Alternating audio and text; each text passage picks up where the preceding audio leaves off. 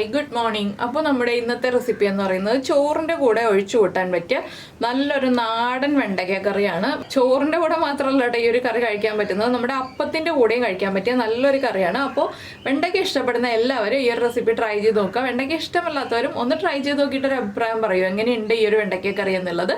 അപ്പോൾ നമുക്ക് എങ്ങനെയാണ് നമ്മുടെ ഈ ഒരു നാടൻ വെണ്ടയ്ക്ക കറി തയ്യാറാക്കുന്നത് നോക്കാം.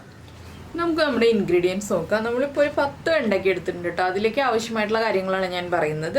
ഇതിലേക്ക് ആദ്യം നമുക്ക് വേണ്ടത് ഒരു ചെറിയ നെല്ലിക്ക വലിപ്പത്തിൽ വാളൻപുളി വേണം. അതുപോലെ തന്നെ ഒരു ചെറിയ തക്കാളി വേണം. വാളൻപുളി ചേർക്കുന്നതുകൊണ്ടാണ് നമ്മൾ തക്കാളി ചെറിയത് ചേർക്കുന്നത്.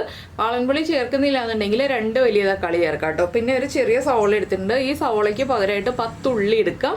അപ്പോൾ നിങ്ങൾക്ക് ഉള്ളി എടുക്കാൻ ബുദ്ധിമുട്ടാണെങ്കിലോ എന്ന് വിചാരിച്ചിട്ടാണ് ഞാൻ സവോളയുടെ കാര്യം പറയുന്നത്. പിന്നെ 1/2 കപ്പ് തേങ്ങ ചിരവിയത് വേണം. അപ്പോൾ ആദ്യം നമുക്ക് വെണ്ടയ്ക്കയും സവോളയും തക്കാളിയും കട്ട് ചെയ്ത് വെക്കാം. വാളൻപുളി വെള്ളത്തിലിട്ട് വെക്കാം. അതിനുശേഷം ബാക്കിയുള്ള കാര്യങ്ങൾ ചെയ്യാം.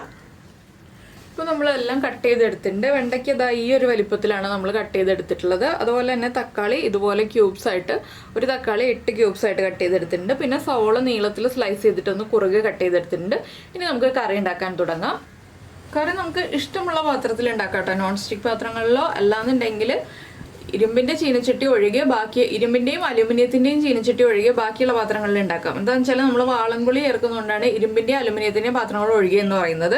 അപ്പോൾ മണ്ണിൻ്റെ ചട്ടിയിലാണെങ്കിൽ കൂടുതൽ ടേസ്റ്റ് ഉണ്ടാവും. നമുക്ക് കട്ട് ചെയ്ത് വെച്ചിരിക്കുന്ന വെണ്ടയ്ക്ക എണ്ണയിലേക്ക് ചേർത്ത് കൊടുക്കാം. വെണ്ടയ്ക്ക ഒന്ന് നന്നായിട്ട് വഴച്ചെടുക്കുക. ഇത് എണ്ണയിൽ വഴച്ച് തന്നെ ഉണ്ടാക്കാം കേട്ടോ ഈ ഒരു കറി. അപ്പോഴാണ് ടേസ്റ്റ് ഉണ്ടാവുക. വെണ്ടയ്ക്ക വഴച്ചുമ്പോൾ ഉപ്പൊന്നും ചേർക്കേണ്ട ആവശ്യമില്ല. കുറച്ച് സമയം ഒരു 5 മിനിറ്റോളം എണ്ണയിൽ വെണ്ടയ്ക്ക വഴറ്റിയെടുക്കുക. ഇടയ്ക്കിടയ്ക്ക് ഇളക്കി കൊടുത്താൽ മതി. ആദ്യം ഒന്ന് ഇളക്കി കൊടുത്തിട്ട് പിന്നെ നമ്മൾ ഇതുപോലെ ഒന്ന് സ്പ്രെഡ് ചെയ്തിടുക. ഇടയ്ക്കിടയ്ക്ക് ഇളക്കി കൊടുത്തിട്ട് ഒന്ന് വഴറ്റിയെടുക്കുക. ഒരു 5 മിനിറ്റ് എണ്ണയ്ക്ക് വഴറ്റിയതിന് ശേഷം വേണം നമ്മൾ ബാക്കിയുള്ള കാര്യങ്ങൾ ചെയ്യാൻ. അപ്പോൾ നിങ്ങൾ ഉള്ളിയാണ് ചേർക്കുന്നതെങ്കിൽ, സവോളയ്ക്ക് വരെ ഉള്ളിയാണ് ചേർക്കുന്നതെങ്കിൽ ഉള്ളി മുഴുവനെ തന്നെ ചേർക്കാം കേട്ടോ. ചെറിയ ഉള്ളിയാണെന്നുണ്ടെങ്കിൽ മുഴുവനെ തന്നെ ചേർക്കാം. വലിയ ഉള്ളിയാണെന്നുണ്ടെങ്കിൽ 2ആയിട്ട് കട്ട് ചെയ്തിട്ട് ചേർക്കാം. അപ്പോൾ ഉള്ളി ചേർക്കുകയാണെന്നുണ്ടെങ്കിൽ കൂടുതൽ ടേസ്റ്റാണ് ഈ ഒരു കറിക്ക്. പിന്നെ ഉള്ളി നന്നാക്കി എടുക്കാൻ ബുദ്ധിമുട്ടുള്ള ആളുകളൊക്കെ ആണെന്നുണ്ടെങ്കിൽ ഒന്ന് വിചാരിച്ചിട്ടാണ് ഞാൻ സവോളയുടെ കാര്യം പറഞ്ഞത്.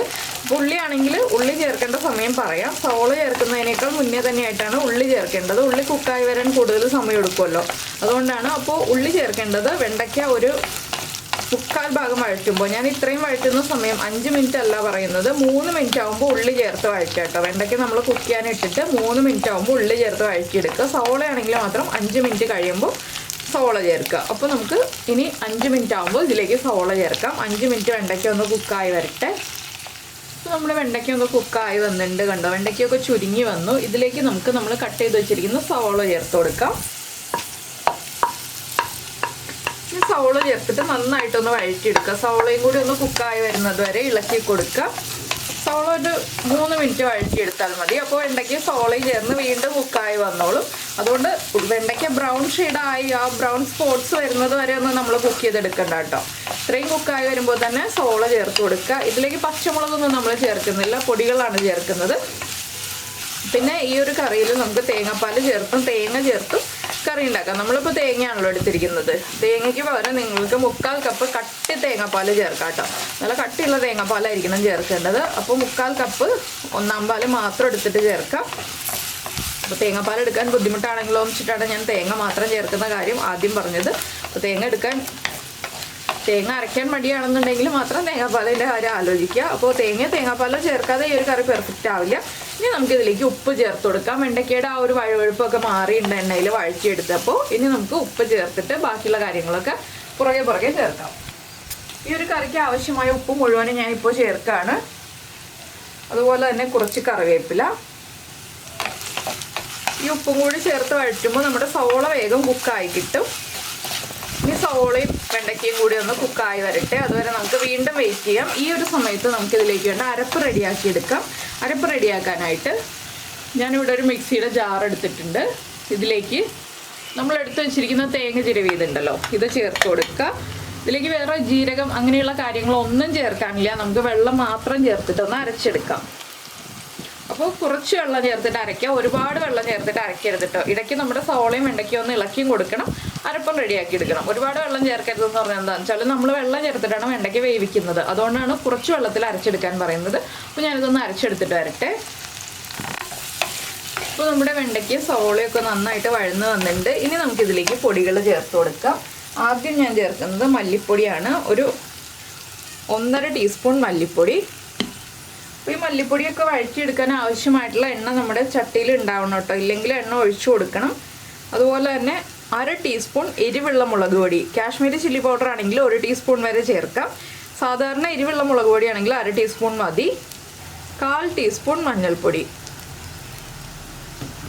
ഇത്രയും പൊടികളുടെ കൂടെ തന്നെ നമുക്ക് തക്കാളിയും കൂടി ചേർത്തിട്ട് ഒന്ന് വഴറ്റിയെടുക്കാം. വീണ്ടും പൊടികൾ കുക്കാവുകയും ചെയ്യും, നമ്മുടെ തക്കാളിയും കുക്കായി കിട്ടും. നന്നായിട്ടൊരു 1 മിനിറ്റ് ഒന്ന് വഴറ്റിയെടുക്കുക. തക്കാളി ഉടഞ്ഞു പോകുന്നത് വരെ വഴറ്റണ്ട. ബാക്കി നമ്മൾ ഇനി ബാക്കിയുള്ള കാര്യങ്ങളൊക്കെ ചേർക്കുമ്പോൾ തക്കാളി കുക്കായി വന്നോളും. അപ്പോൾ ഇനി മീഡിയം ഫ്ലെയിമിൽ വെച്ചിട്ട് വഴറ്റാട്ടോ. എന്താണെന്ന് വെച്ചിട്ടുണ്ടെങ്കിൽ മൺചട്ടി ആയതുകൊണ്ടാണ് ഞാൻ മീഡിയം ഫ്ലെയിമിൽ വെച്ചിട്ട് വഴറ്റാന്ന് പറഞ്ഞത്. നോൺ സ്റ്റിക്ക് പാൻ ആണെങ്കിൽ ലോ ഫ്ലെയിമിൽ വെച്ചിട്ട് തന്നെ വഴറ്റിയെടുക്കുക. പൊടികളൊക്കെ കുക്കായി വരുന്നത് വരെ. പൊടികളൊന്ന് കുക്കായി വരട്ടെ. 1 മിനിറ്റ് ഇളക്കി കൊടുത്തുകൊണ്ടിരിക്കുക. അപ്പോൾ നമ്മുടെ പൊടികളൊക്കെ കുക്കായി വരുന്നുണ്ട്. നമുക്കിതിലേക്ക് ഒരു കപ്പ് വെള്ളം ചേർത്ത് വേവിച്ചെടുക്കാം. എന്താണെന്ന് വെച്ചാൽ വെണ്ടയ്ക്കയും തക്കാളിയും ഒക്കെ ഒന്നുകൂടി ഒന്ന് കുക്കായി വരണം. 1 കപ്പ് വെള്ളം അല്ലെങ്കിൽ 1/4 കപ്പ്. നിങ്ങൾക്ക് ഗ്രേവി കുറവ് മതി എന്നുണ്ടെങ്കിൽ 1/4 കപ്പ് മതി, അല്ലെങ്കിൽ 1 കപ്പ് വെള്ളം ചേർക്കാം കേട്ടോ. നമുക്ക് എത്രത്തോളം ഗ്രേവി വേണം എന്നുള്ളതനുസരിച്ച് വെള്ളം ചേർത്ത് കൊടുക്കാം. പിന്നെ നമ്മൾ അരപ്പ് ചേർക്കുമ്പോൾ വീണ്ടും വെള്ളം ചേർക്കും. അതുകൊണ്ടാണ് ഞാൻ 1 കപ്പ് വെള്ളം അല്ലെങ്കിൽ 1/4 കപ്പ് വെള്ളം എന്ന് പറഞ്ഞത്. ഇനിയിപ്പോൾ ഇതൊന്ന് തിളച്ച് കുക്കായി വരട്ടെ, അതുവരെ നമുക്ക് വെയിറ്റ് ചെയ്യാം. അപ്പോൾ നമ്മുടെ അരപ്പും റെഡിയായി വരുന്നുണ്ട്.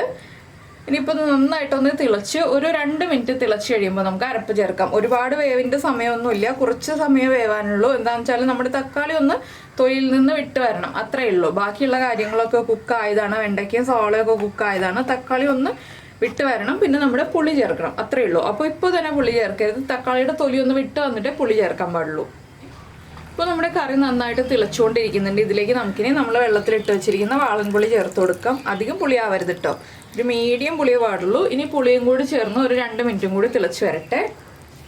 ഇപ്പോൾ പുളിയും ചേർത്തിട്ട് നമ്മുടെ കറി നന്നായിട്ട് തിളയ്ക്കുന്നുണ്ട്. ഇനി നമ്മൾ ചേർക്കുന്നത് നമ്മുടെ അരപ്പാണ്.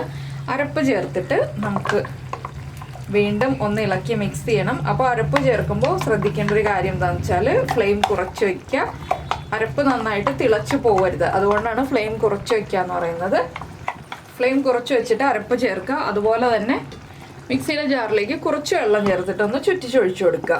ഞാനപ്പോൾ കുറച്ച് കുറുകിയ രീതിയിലാണ് ഈ ഒരു കറി ചെയ്യുന്നത്. ഇത് കണ്ടോ, ഈ ഒരു കൺസിസ്റ്റൻസിയാണ് ഞാനിപ്പോൾ കറിക്ക് പ്രിഫർ ചെയ്യുന്നത്. ഒരുപാട് ലൂസായിട്ടുള്ളൊരു കൺസിസ്റ്റൻസി അല്ല. അപ്പോൾ ഇനി ഇതൊന്ന് ചൂടായി വരണം, നമ്മളൊന്ന് ഇളക്കി കൊടുത്തുകൊണ്ടിരിക്കുക. ഒരുപാട് കുറുകിയ രീതിയിലാണെങ്കിൽ നിങ്ങൾക്ക് ചൂടുവെള്ളം ചേർക്കാം കേട്ടോ. ഇനി പച്ചവെള്ളം ചേർക്കരുത്. കറി ചൂടായി വന്നു കഴിയുമ്പോൾ നമുക്ക് ചൂടുവെള്ളം ചേർത്ത് കൊടുക്കാം. പച്ചവെള്ളം ചേർത്തിട്ട് കറി തിളപ്പിക്കരുത് ഇനി. അപ്പോൾ നന്നായിട്ടൊന്ന് ആവി വരുന്നത് വരെ ഇളക്കി കൊടുക്കുക. വെണ്ടയ്ക്കൊക്കെ കറക്റ്റായിട്ട് കുക്കായി വന്നിട്ടുണ്ട്, തക്കാളിയും കുക്കായി വന്നിട്ടുണ്ട്. ഓവറായിട്ട് പുളി ഉണ്ടെന്നുണ്ടെങ്കിൽ 1 ടീസ്പൂൺ മുതൽ 1/2 ടീസ്പൂൺ വരെ. എന്താണെന്ന് വെച്ചാൽ 1 ടീസ്പൂൺ മുതൽ എന്ന് ഞാൻ പറഞ്ഞത് എന്താണെന്ന് വെച്ചാൽ ഒരുപാട് പുളി ഉണ്ടെങ്കിൽ 1 ടീസ്പൂൺ പഞ്ചസാര ചേർക്കുക. ചെറിയ പുളിയാണെന്നുണ്ടെങ്കിൽ, നമുക്ക് സഹിക്കാൻ പറ്റാത്ത പുളി ചെറിയ പുളിയാണെന്നുണ്ടെങ്കിൽ 1/2 ടീസ്പൂൺ പഞ്ചസാര ചേർത്താലും മതി. നന്നായിട്ട് ആവി വരുന്നത് വരെ ഇളക്കി നമ്മൾ ആ പുളി ഒന്ന് ബാലൻസ് ചെയ്യുക എന്നുള്ളത് മാത്രമേ ഉള്ളൂ.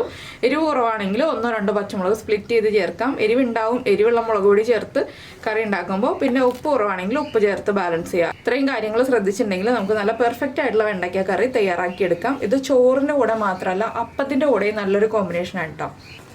അപ്പോൾ നിങ്ങൾക്ക് ചോറിൻ്റെ കൂടെയും അപ്പത്തിൻ്റെ കൂടെയും കഴിക്കാൻ പറ്റിയ നല്ലൊരു വെണ്ടയ്ക്ക കറിയാണിത്. വെണ്ടയ്ക്ക ഇഷ്ടപ്പെടുന്നവർക്ക് എന്തായാലും ഇഷ്ടപ്പെടും ഈ ഒരു കറി. ചോറിൻ്റെ കൂടെയാണ് ഏറ്റവും നല്ല കോമ്പിനേഷൻ. അപ്പോൾ നിങ്ങൾ ഇതുപോലെ വെണ്ടയ്ക്ക കറി ഉണ്ടാക്കി നോക്കിയിട്ടില്ല എന്നുണ്ടെങ്കിൽ ഉറപ്പായിട്ടൊന്ന് ഉണ്ടാക്കി നോക്കൂ. കൈ എടുക്കാതെ ഇളക്കി കൊടുക്കണം കേട്ടോ. എന്താണെന്ന് വെച്ചാൽ കറി തിളച്ച് പോരുത്. മൺചട്ടിയാണ്, പ്രത്യേകം ശ്രദ്ധിക്കുക. ലോ ഫ്ലെയിമിൽ വയ്ക്കുക. മൺചട്ടിയിൽ ഇരുന്നിട്ട് കറി ചൂടായിക്കൊണ്ടിരിക്കും. അപ്പോൾ നമ്മൾ കറി ഓഫ് ചെയ്ത് വെച്ചാലും ഒരു 2 മിനിറ്റത്തേക്ക് ഒന്ന് കൈ എടുക്കാതെ ഇളക്കിക്കൊണ്ടിരിക്കണം. ചട്ടിയുടെ ചൂടുകൊണ്ട് കറി തിളയ്ക്കും. അപ്പോൾ ഞാനിത് കറി മാറ്റി വയ്ക്കട്ടെ, ചട്ടിയുടെ ചൂടിലിരുന്ന് തിളയ്ക്കാൻ സാധ്യതയുണ്ട്. അപ്പോൾ നമുക്കിനി വറവിൻ്റെ കാര്യങ്ങൾ നോക്കാം. അപ്പോൾ നമ്മൾ വറവ് റെഡിയാക്കാനായിട്ട് ഒരു പാൻ വെച്ചിട്ട് പാനിലേക്ക് വെളിച്ചെണ്ണ ഒഴിച്ചിട്ടുണ്ട്. ഞാൻ ഇതിലേക്ക് 1 ടീസ്പൂൺ കടുക് ചേർക്കുകയാണ്. കടുക് ഒന്ന് പൊട്ടി തുടങ്ങുമ്പോൾ ഒരു 1/4 ടീസ്പൂൺ ഉലുവയും കൂടി ചേർത്ത് കൊടുക്കണം. ഉലുവയും പൊട്ടി വരട്ടെ. ഇതിലേക്ക് നമുക്കൊരു 3 വറ്റൽമുളകും അതുപോലെ തന്നെ ഒരു തണ്ട് കറിവേപ്പിലയും കൂടി ചേർത്ത് കൊടുക്കണം. ഇത്രയും കാര്യങ്ങൾ റെഡിയായി കഴിയുമ്പോൾ നമുക്കിത് കറിയിലേക്ക് ചേർത്ത് കൊടുക്കാം. അപ്പോൾ നമ്മുടെ വറവ് നമുക്ക് കറിയിലേക്ക് ചേർത്ത് മിക്സ് ചെയ്യാം. ഇത്രയുള്ള നമ്മുടെ കറിയുടെ പരിപാടി. വളരെ ഈസി ആയിട്ട് ഉണ്ടാക്കാൻ പറ്റുന്നൊരു വെണ്ടയ്ക്ക കറിയാണ്. നിങ്ങൾക്ക് എല്ലാവർക്കും ഈ ഒരു റെസിപ്പി ഇഷ്ടമായിട്ടുണ്ടാവുമെന്ന് വിചാരിക്കുന്നു. ഇഷ്ടമായിട്ടുണ്ടെങ്കിൽ നമ്മുടെ വീഡിയോയുടെ താഴെ ഒന്ന് കമൻറ്റ് ചെയ്യാം കേട്ടോ. അതുപോലെ തന്നെ നമ്മുടെ ചാനൽ ആദ്യമായിട്ട് കാണുകയാണെങ്കിൽ നമ്മുടെ വീഡിയോ പ്രസൻറ്റ് ചെയ്യുന്ന രീതിയൊക്കെ ഇഷ്ടമായി എന്നുണ്ടെങ്കിൽ നമ്മുടെ ചാനൽ ഒന്ന് സബ്സ്ക്രൈബ് ചെയ്ത് സപ്പോർട്ട് ചെയ്യണേ. സബ്സ്ക്രൈബ് ചെയ്യുന്നതിന് ഈ വീഡിയോയുടെ താഴെയുള്ള റെഡ് സബ്സ്ക്രൈബ് ബട്ടൺ ഒന്ന് ക്ലിക്ക് ചെയ്യുക. അതിൻ്റെ റൈറ്റ് സൈഡിലുള്ള ബെല്ലൈക്കണും ക്ലിക്ക് ചെയ്യുക. അപ്പോൾ ഓൾ എന്ന് പറഞ്ഞിട്ടൊരു ഓപ്ഷൻ കാണാം. ആ ഓളും കൂടി പ്രസ് ചെയ്തിട്ടുണ്ടെങ്കിൽ ഞാൻ എപ്പോഴും വീഡിയോ അപ്ലോഡ് ചെയ്യുമ്പോൾ നിങ്ങൾക്ക് നോട്ടിഫിക്കേഷൻ വരും. അതുപോലെ തന്നെ നിങ്ങൾക്ക് ഇഷ്ടപ്പെട്ട റെസിപ്പി ആണെങ്കിൽ ഒന്ന് ലൈക്ക് ചെയ്യാനും ഷെയർ ചെയ്യാനും കമൻറ്റ് ചെയ്യാനും ഒക്കെ മറന്നു പോരുത് കേട്ടോ. പിന്നെ എല്ലാവരും ഈ ഒരു റെസിപ്പി ഉണ്ടാക്കി നോക്കുമെന്ന് വിചാരിക്കുന്നു. വെണ്ടയ്ക്ക കറി എല്ലാവർക്കും എളുപ്പത്തിൽ ഉണ്ടാക്കാൻ പറ്റുന്ന റെസിപ്പിയാണ്. അപ്പോൾ നമുക്ക് നമ്മുടെ അടുത്ത റെസിപ്പിയുമായിട്ട് വീണ്ടും കാണാം.